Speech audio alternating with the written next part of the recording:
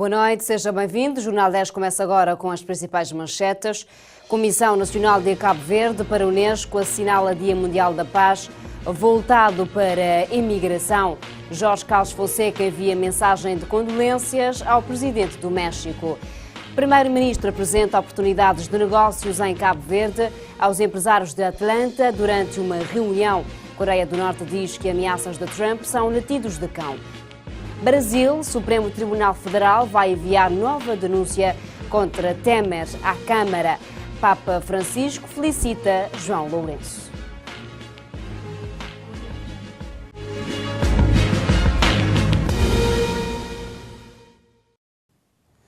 Boa noite, vamos agora seguir com a atualidade nacional. A Comissão Nacional de Cabo Verde para a Unesco, em parceria com o Ministério da Família e Inclusão Social, através da Direção-Geral da Imigração, assinalou hoje na Escola Secundária Manuel Lopes, em Calabaceira, o Dia Mundial da Paz, com os olhos voltados para a migração.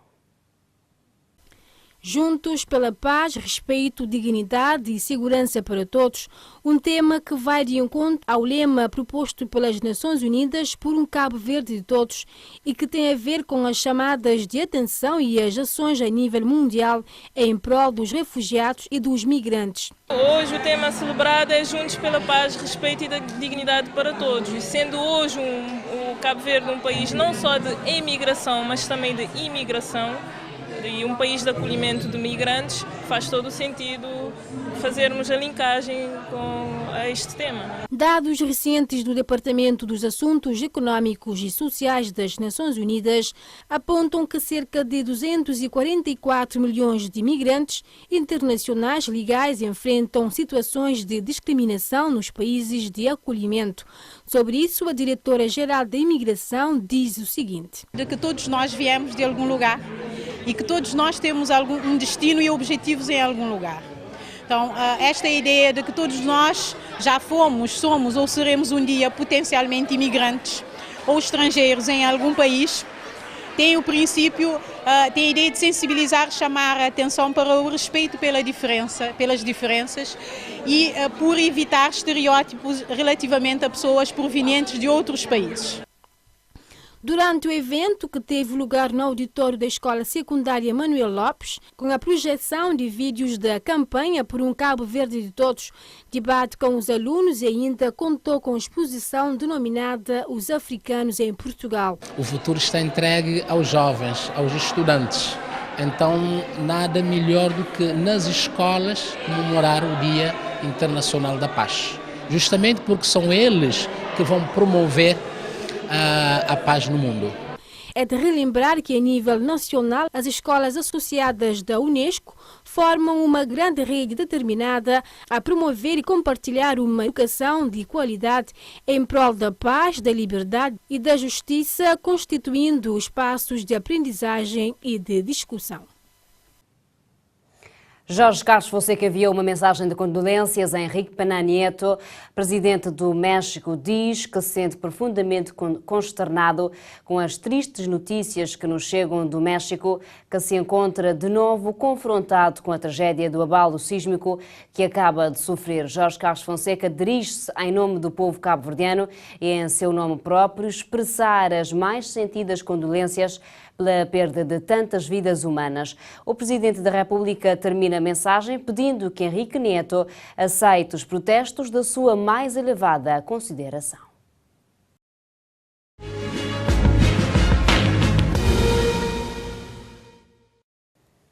O Primeiro-Ministro Ulisses Correia Silva reuniu com os empresários, líderes políticos e investidores de Atlanta, Estados Unidos da América, para apresentar as oportunidades de negócios em Cabo Verde, no sentido de reforçar relações institucionais bilaterais, assim como a captação de investimento externo.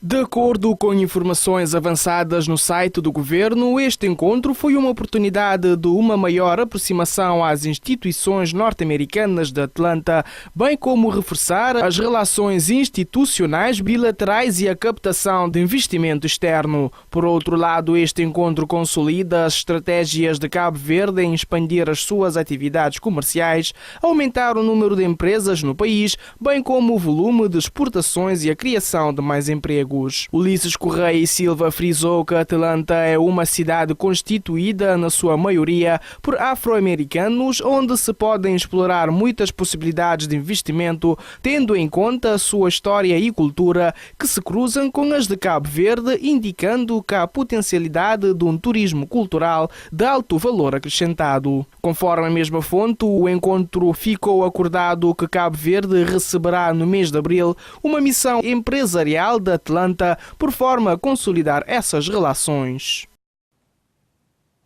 Hoje é Dia Mundial da Doença Alzheimer. Para assinalar a data, a Câmara Municipal da Praia, através da Direção de Ação Social, promoveu uma palestra sob o lema Alzheimer, causas, sintomas, tratamento e prevenção, direcionada aos idosos da capital.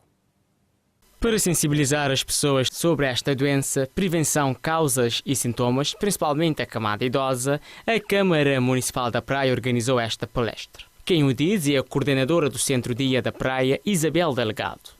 O objetivo da palestra, como nos sabe, Alzheimer é uma doença que atinge, sobretudo, pessoas com mais de 65 anos, embora também está acontecendo mais nova. Mas o objetivo principal é da idosa com esta doença, a saber, mas de facto a doença existe e para depois a doutora também falar ali, também explicar como eles devem prevenir e também para sintomas que às vezes pode ter que nós, na nosso meio, ter o hábito de associar doenças à velhice. Então, não queria pensar ciente de que sintomas que às vezes está tendo, mas que é de velhice, mas sim é de doença. Aproximadamente 47 milhões de pessoas no mundo sofrem com esta doença, segundo um recente estudo publicado na revista científica Lancet. Em Cabo Verde, não há uma estatística, mas estima-se que cerca de 10% da população idosa nacional tem esta doença. Nós não temos, neste momento, de uma forma concreta, uma estatística, mas nós sabemos que, pelo aumento do número dos idosos em Cabo Verde, provavelmente uns 10% desse valor são doentes que vão sofrer ou têm um sintoma sugestivo de doença de Alzheimer. Para esta especialista, apesar de Alzheimer não ter cura, ainda é necessário prevenir. Levar o doente ao médico para tentar fazer um diagnóstico da doença, porque o Alzheimer é uma doença degenerativa, neurodegenerativa, mas o diagnóstico é basicamente clínico, ou seja, tem critérios diagnósticos para saber diagnosticar bem um doente com Alzheimer. Então, procurando um médico, seguindo as orientações, nós sabemos que infelizmente é uma doença que não tem cura, ou seja, não tem um medicamento que você possa usar que vai curar o doente, mas nós temos medicamentos que podemos usar que vai atrasar a evolução da doença, ou seja, usar medicação,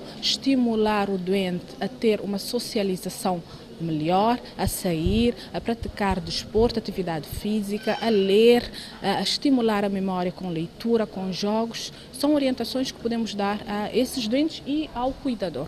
O Alzheimer é uma doença de lenta e progressiva evolução que destrói as funções mentais importantes, levando o paciente à demência, um termo usado para indicar que o indivíduo perdeu a sua capacidade de raciocínio, julgamentos e memórias, tornando-o dependente do apoio nas suas atividades diárias. O Alzheimer é a causa mais comum de demência, sendo responsável por mais de 60% dos casos. Acontece sempre aos 65 anos de idade. As plataformas das ONGs realizam uma formação de 3 dias sobre a redução de riscos de HIV e consumo de drogas que visa dotar os participantes de informação e capacitação sobre as estratégias de redução nos usuários de drogas, estando dentro do projeto regional Pareco.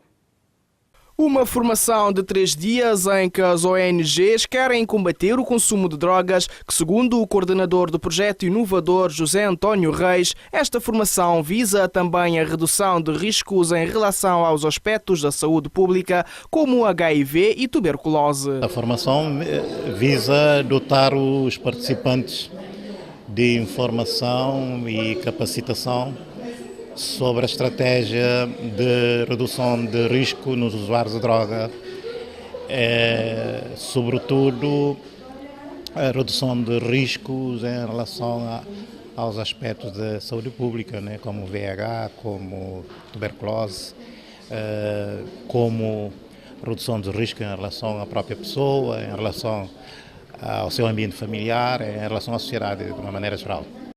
Esta formação está a ser realizada no âmbito de um projeto inovador denominado o Projeto Regional Pareco, que, de acordo com o seu coordenador, consiste na redução dos riscos de HIV ou tuberculose, mas também no consumo de drogas. Acrescentou que a ideia inovadora é fazer com que os usuários de drogas sejam atores de sua própria recuperação. Este projeto inovador assenta na abordagem de redução de risco. Em vez de tornar os usuários de droga em pessoas que necessitem do nosso apoio, da nossa compaixão, a ideia inovadora consiste em fazer com que sejam atores da sua própria recuperação. Portanto, para além do mais, ao dotar-lhes de capacidade, de conhecimento em relação à sua própria situação, de eles próprios começarem, portanto, a adotar comportamentos, a adotar algumas posturas que permitam que, por exemplo, não caiam na overdose, que, por exemplo, não contraiam VIH, não contraiam hepatite. Acerca do combate às doenças e ao consumo de drogas, José Reis disse que a estratégia está assentada numa parceria com os diversos atores, tendo um impacto mais positivo aos seus destinatários. Essa estratégia assenta-se na parceria entre os diversos atores que intervêm no terreno, concertando-se, quer em termos de conceito em relação ao significado de redução de risco, quer partilhando informação entre si, quer colaborando entre si no sentido de otimizar os seus esforços e, consequentemente, um impacto mais positivo em relação aos destinatários do seu trabalho. O projeto regional Pareco está a ser financiado pelo Fundo Global e conta com parceiros de 5 países da África Ocidental, nomeadamente Cabo Verde, Burkina Faso, Costa do Marfim, Guiné-Bissau e Senegal. O ministro da Economia e Emprego cabo-verdiano, José da Silva Gonçalves, apontou esta quinta-feira em Pequim a localização estratégica e estabilidade política e económica de Cabo Verde para valências para atrair investimentos chineses. De acordo com o ministro da Economia, Cabo Verde está numa encruzilhada entre 4 continentes, uma localização estratégica que deve ser utilizada para atrair mais investimentos por parte da China. José da Silva Gonçalves, que participou na China na 22ª Assembleia Geral da Organização Mundial do Turismo, lembrou ainda que Cabo Verde é o único país de rendimento médio na região e que goza de estabilidade política, social e macroeconómica. As relações entre a República de Cabo Verde e a República Popular da China, que remontam ao início da luta pela independência em Cabo Verde, foram formalizadas a 25 de abril de 1976, com o estabelecimento das relações diplomáticas entre os dois países. A primeira iniciativa de uma empresa privada chinesa no país é um investimento estimado em 250 milhões de euros, um empreendimento turístico da Praia da Gamboa e Ilhéu da Santa Maria, do empresário de Macau, David Chou, que deverá gerar 2.100 postos de trabalho diretos e a receber diariamente 12.000 pessoas nos setores do comércio, lazer, desporto e cultura. O Governo aprovou em Conselho de Ministros uma lei que aprova a orgânica dos serviços prisionais de Cabo Verde. Essa lei vai permitir uma separação entre as cadeias centrais e regionais, que a partir de agora vai receber condenados de até 8 anos de prisão. Com a aprovação deste decreto, o Governo quer melhorar os serviços nas cadeias centrais que se encontram lotados. Elísio Freire, que falava aos jornalistas, disse que esta é uma medida importante, já que vai permitir desanuviar as cadeias centrais de São Vicente e da Praia. O essencial é a divisão entre cadeias regionais e cadeias centrais, fazendo com que as cadeias regionais sejam as cadeias onde serão os reclusos cumprem uma pena no máximo até 8 anos de prisão. Ou seja, todo aquele que tem uma pena superior a 8 anos será encaminhada para a cadeia central, como sabe, a cadeia central da Praia e de São Vicente, onde se pode cumprir pena de qualquer moldura, mas as cadeias regionais, as penas serão até o máximo de 8 anos. Isso é uma medida muito importante, porque vai desanuviar um bocado o excesso de presos que todos sabem que existe nas cadeias centrais de Praia e São Vicente, e temos as cadeias centrais regionais, aliás, de Santo Antão, Fogo e Sal. Com este decreto regulamentar, criam-se 2 órgãos de serviços dentro dos estabelecimentos prisionais, nomeadamente o Conselho Consultivo para os Assuntos Prisionais e Reinserção Social e o Conselho Técnico de Estabelecimentos Prisionais. Ambos serão dirigidos pelos diretores das respectivas cadeias. Esta medida irá possibilitar melhores serviços, segundo este governante, e irá criar novos postos de trabalho para mais guardas prisionais. Ou seja, as medidas de segurança serão reforçadas nas respectivas cadeias. Naturalmente que com maiores responsabilidades, maiores competências, naturalmente que vai-se ter que fazer maiores investimentos e ao longo dos orçamentos nos próximos anos o Governo dará resposta a isso. Questionado se esta lei permitirá a um preso da Ilha de Santiago cumprir as suas penas no Fogo, por exemplo, o ministro responde o seguinte: isso será a gestão dos serviços prisionais a fazerem isso. Deixou-se aqui uma abertura para especulação. De facto, estes presos podem sim ser transferidos para outras ilhas. Para além destas medidas, foram apreciados os projetos que aprova o estudo do Fundo de Modernização da Justiça e o Plano Nacional de Ação para os Direitos Humanos e Cidadania 2017-2020.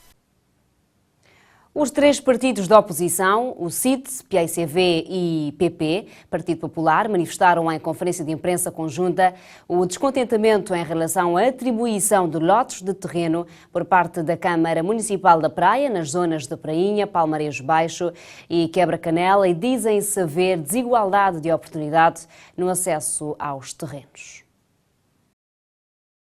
Em conferência de imprensa conjunta, os partidos da oposição resolveram-se protestar contra as ações da Câmara Municipal da Praia no que diz respeito à atribuição de lotes de terrenos nas zonas de Quebra-Canela, Palmarejo Baixo e na Prainha. Conferência esta que serviu para fazer uma chamada de atenção aos munícipes a exigir da Câmara Municipal da Praia transparência nesta matéria, ficando no ar as seguintes questões. Qual é a política e quais são os critérios da Câmara Municipal da Praia para a atribuição de terrenos? Os 2 terrenos da Prainha foram atribuídos ou não ao ex-embaixador da União Europeia, Sr. José Manuel Pinto Teixeira, e ao Grupo Mirage? Se foram atribuídos, como é que foram atribuídos, por que é que foram atribuídos e quais foram os critérios que levaram à sua atribuição? Pode-se construir ou não nesses locais? Dito de outra forma, esses lotes foram previstos nos planos detalhados dos bairros para o uso que será dado com a atribuição dos 2 lotes. A partir desta união, as oposições garantem que, caso a situação não vier a ser resolvida, irão até as últimas instâncias, de modo que as leis da República sejam respeitadas.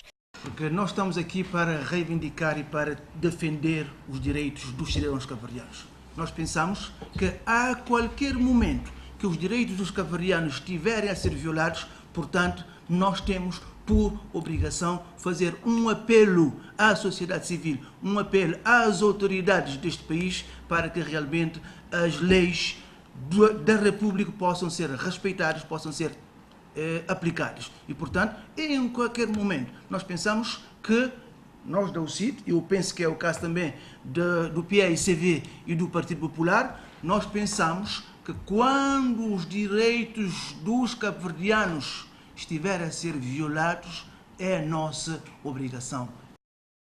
A UCID, PP e o PAICV apelam aos poderes públicos que se intervenham no ato de gestão da Câmara Municipal da Praia, o que considera uma gestão danosa por parte desta autarquia, no sentido de verificar a transparência, a legalidade e a justiça, uma vez que os autarcas são meros gestores.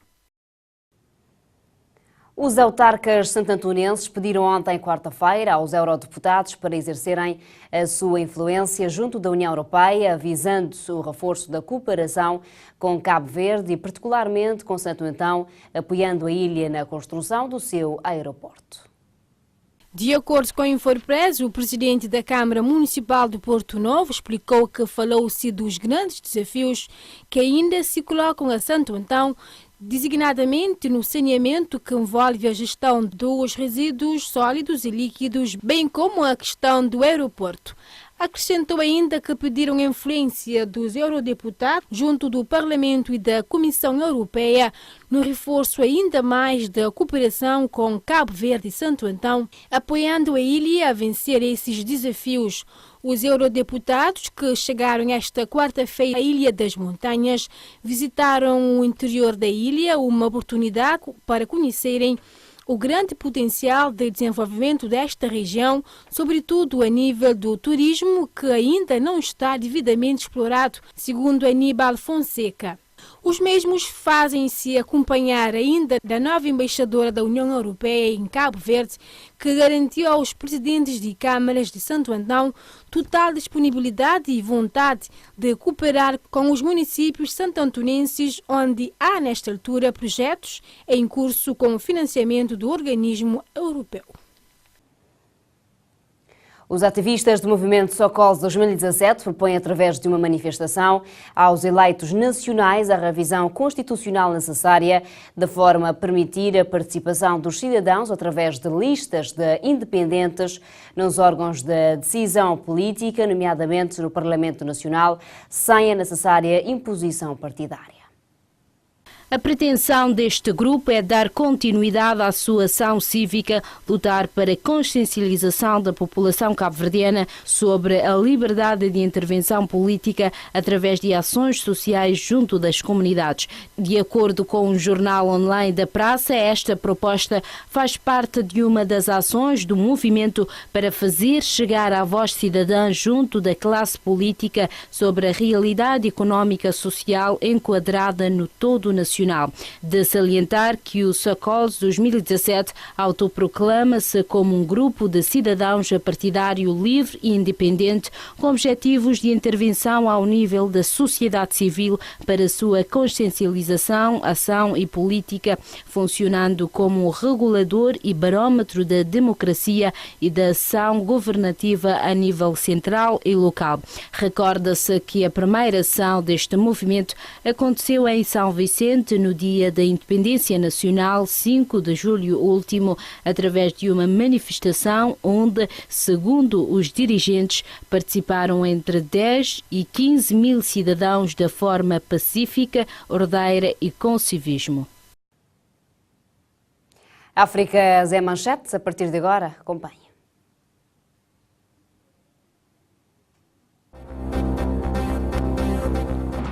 África do Sul, o presidente Jacob Zuma apela aos líderes mundiais a trabalharem para melhorar a vida das pessoas que vivem na pobreza e empenharem-se em desacelerar mudanças climáticas.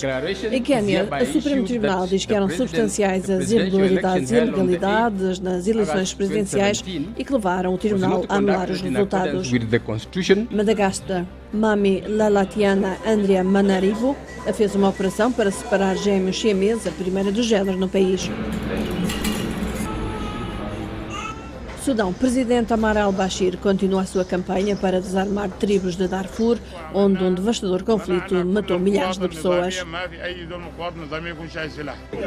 Egito, Nações Unidas lança um projeto destinado a reforçar boas práticas agrícolas e promover novas técnicas entre os agricultores locais.